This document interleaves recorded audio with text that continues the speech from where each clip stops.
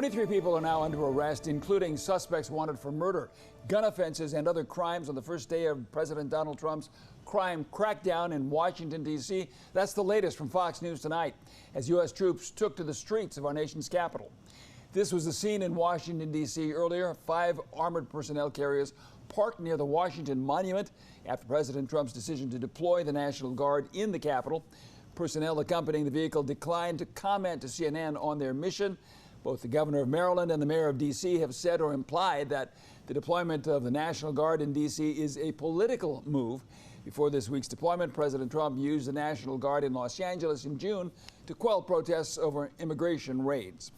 Alongside those National Guard troops, U.S. Customs and Border Protection agents, along with U.S. Border Patrol agents, were on patrol at Union Station in Washington, D.C.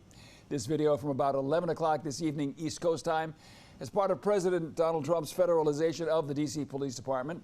The White House says about 850 officers and agents were surged across Washington, D.C. starting late last night.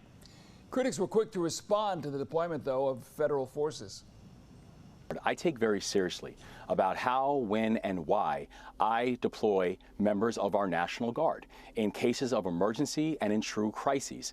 And I will not authorize the usage of Maryland National Guard forces for missions that I do not deem to be either mission critical or mission aligned. This is about the president playing king, trying to be the authoritarian leader, the dictator. He sees a little opening in the law here.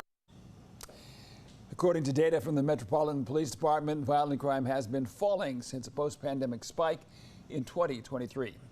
Meanwhile, the Pentagon is now reportedly considering creating a so-called military reaction force solely to deploy into U.S. cities with protests or civil unrest. That's according to the Washington Post, citing internal Pentagon documents. The plan calls for 600 troops to be on standby at all times, ready to deploy within an hour.